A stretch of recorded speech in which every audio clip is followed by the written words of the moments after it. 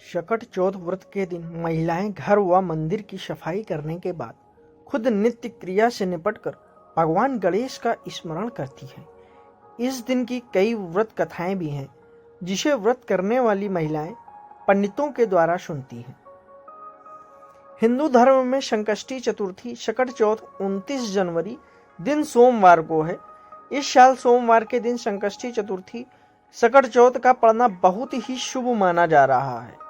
इस संकष्टी चतुर्थी शकट चौथ के पर्व पर महिलाएं अपने परिवार की सुख और समृद्धि के लिए निर्जल व्रत रखेंगी और गणेश जी की पूजा भी करेंगी, जिससे उनके परिवार पर कभी भी किसी तरह से कोई परेशानी ना आए। यह दिन माघ महीने की कृष्ण पक्ष की चतुर्थी को संकष्टी, गणेश चतुर्थी, तिलकूट चतुर्थी, संकटा चौथ, तिलकुट चौथ के नाम से जाना जाता है। ये भी कहा जाता है कि इस व्रत को करने से घर में होने वाली सभी परेशानियों से मुक्ति मिल जाती है। इस साल शकट चौथ की तिथि 29 जनवरी 2024 को सुबह 6:10 से शुरू होगी और 30 जनवरी को 8:54 तक रहेगी। शकट चौथ चंद्रोदय समय 8:41 बजे का रहेगा। साथ ही कहा कि शकट चौथ को गणेश चतुर्थी, वक्रतुंडी चतुर्थी, माघी चौथ अथवा तिलकुट चौथ नामों से भी जाना जाता है। शकट चौथ व्रत सभी महिलाएं अपनी संतान की लंबी आयु और उनकी सफलता के लिए हर साल रखती हैं। शकट चौथ के दिन महिलाएं मूली का सेवन न करें, नहीं तो बड़ी मात्रा में धन की हानि की आशंका हो सकती है।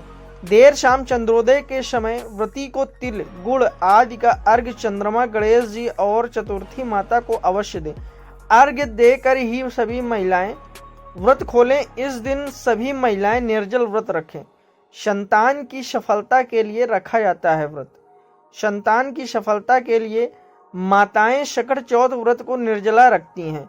व्रती महिलाएं शाम को गणेश पूजन और चंद्रमा को अर्घ्य देने के बाद ही वो प्रसाद के साथ भोजन करती हैं। पुराणों के मुताबिक महाभारत काल में श्री कृष्ण की सलाह पर पांडु पुत्र धर्मराज युधिष्ठिर ने सबसे पहले इस व्रत को रखा था। तब से अब तक महिलाएं अपने पुत्र की कुशलता के लिए इस व्रत को रखती आ रही हैं। इन सामग्री का होता है इस्तेमाल। शकट चौथ के व्रत में पूजन सामग्री के अलावा गुड़, तिल, शकरकंद और फलों का विशेष रूप से उपयोग होता है। इस दिन तिल और लाई के लड्डू भी भगवान गणेश को अर्पित किए जाते हैं। तिल को भूनकर उसे गुड़ की चाशनी में मिलाकर तिल का लड्डू बनाया जाता है और फिर से भगवान गणेश को अर्पित किया जाता है। मान्यता है कि पूजन से प्रसन्न होकर प्रथम पूज्य गणेश जी अपने भक्तों के सभी कष्टों को क्षण में दूर कर देते हैं। ये है पूजा विधि।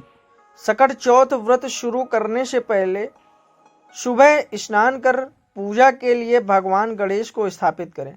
गणेश भगवान के सामने हाथ जोड़कर पूजा और व्रत का संकल्प लें और फिर उन्हें जल, अक्षत, दूर्वा, घास, लड्डू, पान, धूप आदि अर्पित करें। अक्षत और फूल लेकर गणपति से अपनी मनोकामना पूरी करने के लिए प्रार्थना करें। गणेश पूजन के बाद चंद्रमा को शहद, चंदन, रोली मिश्रित दूध से अर्घ्य देकर पूजन के बाद लड्डू को प्रसाद के रूप में ग्रहण करें। अंत में ओम गं गणपतये नमः मंत्र बोलते हुए गणेश जी को प्रणाम करें। संकटा चौथ पौराणिक कथा। माघ महीने की कृष्ण पक्ष की चतुर्थी संकष्टी, गणेश चतुर्थी, तिलकूट चतुर्थी, संकटा चौथ, तिलकुट चौथ व्रत को लेकर एक कथा भी प्रचलित है। कहा जाता है कि सत्यवादी राजा हरिश्चंद्र के राज में एक ब्राह्मण व उसकी पत्नी भी रहते थे। एक समय उनका एक पुत्र की प्राप्ति हुई और कुछ समय बाद वे मृत्यु को प्राप्त हो गए। ब्राह्मणी दुखी, लेकिन पुत्र के जीवन को संवारना ही उसका लक्ष्य था। अतः वह गणपति का चौथ का व्रत रखते हुए उसकी परवरिश करने लगी। एक दिन एक कुम्हार ने बच्चे की बलि अपनी कन्या के विवाह के उद्देश्य से धन के लिए दी। इसके बाद वह कष्टों में घिर गया, जबकि बच्चा खेलता हुआ मिला। यह वृतांत जब राजा हरिश्चंद्र को सुनाया गया तो उसने व्रत की महिमा बताई।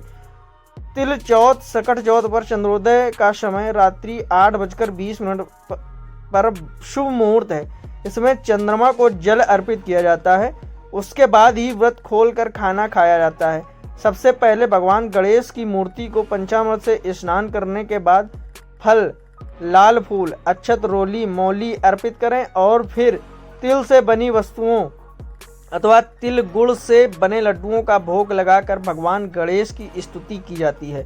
सकट चौथ पर 108 बार गणेश मंत्र ओम गणेशाय नमः का जप करें। अपने हर दुख को भगवान गणेश से कहें। इससे आप पर आने वाली हर एक विपदा का समाधान होगा और जो भी परेशानियां चली आ रही हैं उससे भी मुक्ति मिलेगी। दोस्तों, चैनल पर अगर पहली बार आएँ तो चैनल को सब्सक्राइब कर लें और यह वीडियो अगर अच्छा लगा है तो लाइक, कमेंट और शेयर जरूर कर दें। धन्यवाद।